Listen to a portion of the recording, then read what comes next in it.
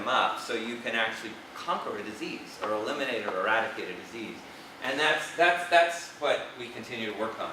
So we're pretty inspired by the opportunity to do social innovation, to do it in partnerships with industry, with academic institutions, with governments, and we're committed to what I hope all of you will know, if you don't know already, is learn what are called the Sustainable Development Goals, which are goals set by the United Nations to say, this is what we want to look like as a world by 2030. And we have, these 17 goals have been established by all 193 member states of the United Nations. There's a number of indicators under each one to show exactly what we're trying to target and to accomplish. And we're beginning to see progress on many of these things as a world. And so with social innovation and with smart people like you guys and with the future of technology ahead of us, we'll be able to do a lot more. So I hope that's helped you understand a little bit about who I am, what social innovation is and why I think it's so important, and what PATH does. But I'm happy to take a few questions or comments. Yes? What motivates you to do something that's mostly behind the scenes, as you said?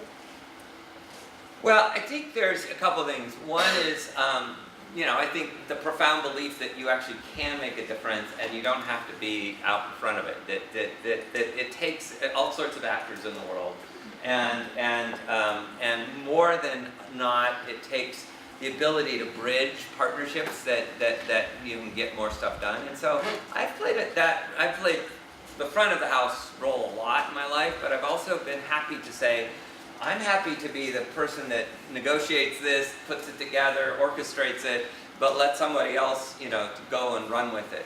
That's one of the big motivations. I think the other is, it's just a very business issue, which is our mission is not to be a big vaccine distributor or not to be a product distributor. I don't want to be in the retail business. I want to innovate. And so if you're going to innovate and change the world, you've got to say, I'm willing to hand this off. I'm willing to somebody else who's better. We will never be as good as Unilever as distributing products, or Amazon as tracking things. And so why don't we enable somebody else who's better at it to do it? But let's give them the tools that they may not have invested in otherwise. Let's give them motivation to do it in the poorest places in the world. Those are the things that keep us going. Yes. I know you spoke a lot about partnerships. Could you talk a little bit more about what you think are the most important things to do or to research or to think about when approaching a partnership? Yeah, it's a big topic, and it's one that there's quite a bit of actually increased scholarship and literature on, because people are struggling to figure out how do you make a good partnership that works, and particularly a partnership that crosses the sectoral lines. And that could be, and it's one thing to do. I was, in the digital era, and it's one thing when we sit down with, Microsoft and Box and figure out a deal. It's another thing when you're saying, okay, we're going to take a government agency and sit down with a high-tech company in Silicon Valley and sit down with an academic partner in South Africa and pull this partnership together. So I think the 3 or 4 things that I've learned along the way, one is some very hardcore work on just, you've got to understand what your goal is going into the room. And, it might take a while to get there. That's a little bit the classic sausage making, but if you can define that goal, usually people self-select in or out pretty quickly. And so I'm big on not forcing anybody to do anything they don't want to do, but if you can convince them that it's worthy to be in the room, you usually can find the goal. A lot of talk about what's the incentive, why are you here, and what do you want to get out of it? I mean, that's sort of a fundamental human thing that we don't do enough. But what's your expectation of me? What's my expectation of you? I mean, that's a personal relationship issue, but those are also relationships in business. So how do I understand how do I not disappoint your expectations? And then I think understanding how we're going to measure things. So one of the things that some people, I think, unfairly criticize the social sector for, although there are certainly reasons for it, but is that that needs to just measure more and measure more and measure more, and not. I agree with that. The problem is we don't have a simple proxy for profit, earnings, the kinds of things businesses measure. So we have to think of other ways to measure, and some of them get pretty loose, like 200 million people lives saved. Well, that's ridiculous. It's real, and it's a number we validate every year, but it's not really like those are very random kind of ways to measure things, because it's like, well, it doesn't really inform like, okay, what should we be doing more of, or what should we be doing less of. So one of the things to talk about in an early partnership is what kind of are the measurements? What are we going to consider success here? And how do we measure it? And who's accountable for measuring it? How often do we measure it? And those are really important things in any work, in any business, but in this business particularly.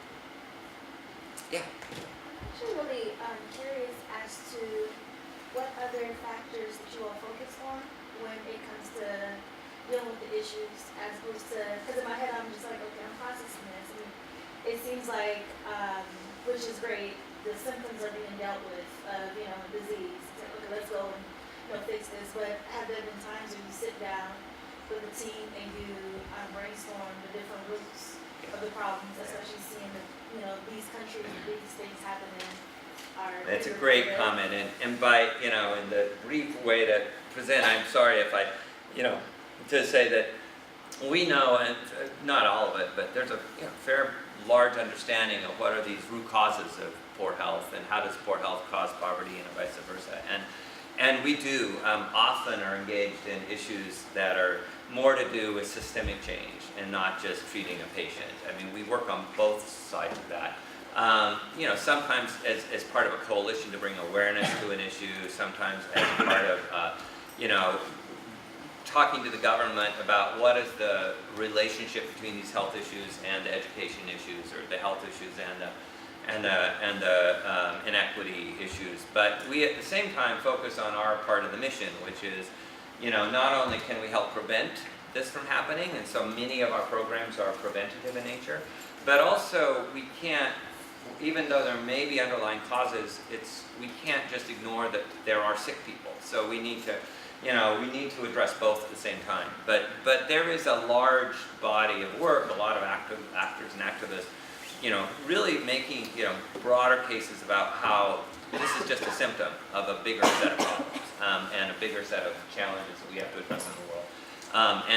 Trying to engage on those both as we're going to provide some short-term solutions, we can provide some long-term solutions, but we also have to be, encourage people to be a voice at that bigger table. Was there another couple I saw hands up? Yeah, there's a few. There's one there and one there.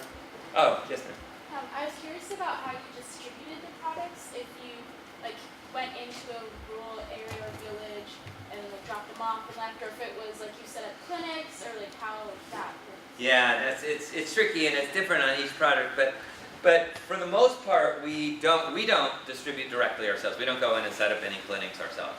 We are really quite keen on saying, really, we need to help support and strengthen the existing systems, both public and private, and then find channels or distribution partners to enable that to go to that existing set of providers. And can we strengthen that as we do that? We're doing a lot of work on better data and digital health tools for data to help strengthen those systems. So we have a whole group of people, as I mentioned, mainly a lot of our employees are in countries in Africa working on where are the technical issues to get it into a product line, who are the right partners to work with, how do you commercialize the product, what is the negotiation on the pricing, because we want companies to generate profit, so there'll be a modest amount of profit on a high volume, so they'll be willing to engage in this work. But we also want to make sure that the price is low enough for the poorest communities to be served. So we're constantly, they're working on those two, that tension.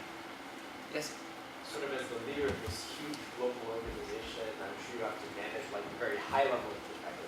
How do you make sure you don't lose touch with the levels on the ground? Like how much time do you spend in Africa, etc.?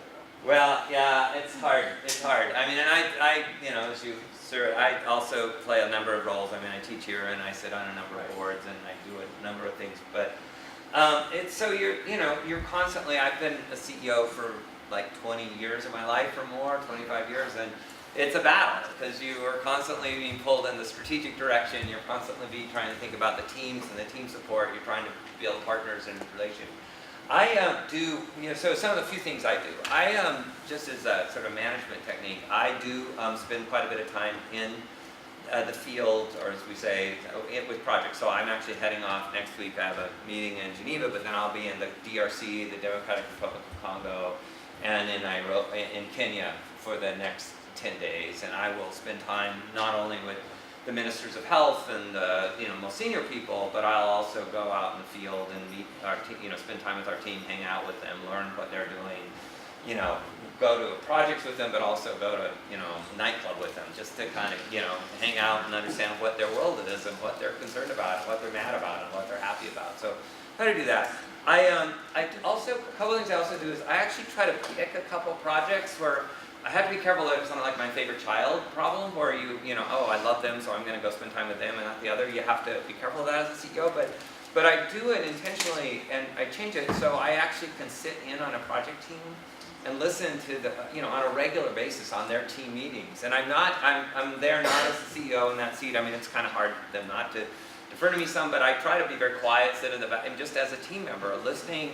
And I'm mainly there to just understand the process. What are they struggling with? What are they trying to solve? Are there ideas that I can help them with, but more can I learn from them? And so those are a couple of the techniques, but you never get it right. I mean, I stumble, I fail forward all the time. Probably have time for one or two more quick questions, it looks like. I'm standing between you and dinner, so. In leading such a large and impactful organization, I was wondering what your average day looks like. Oh, my average day. Well, today would be getting up at 4.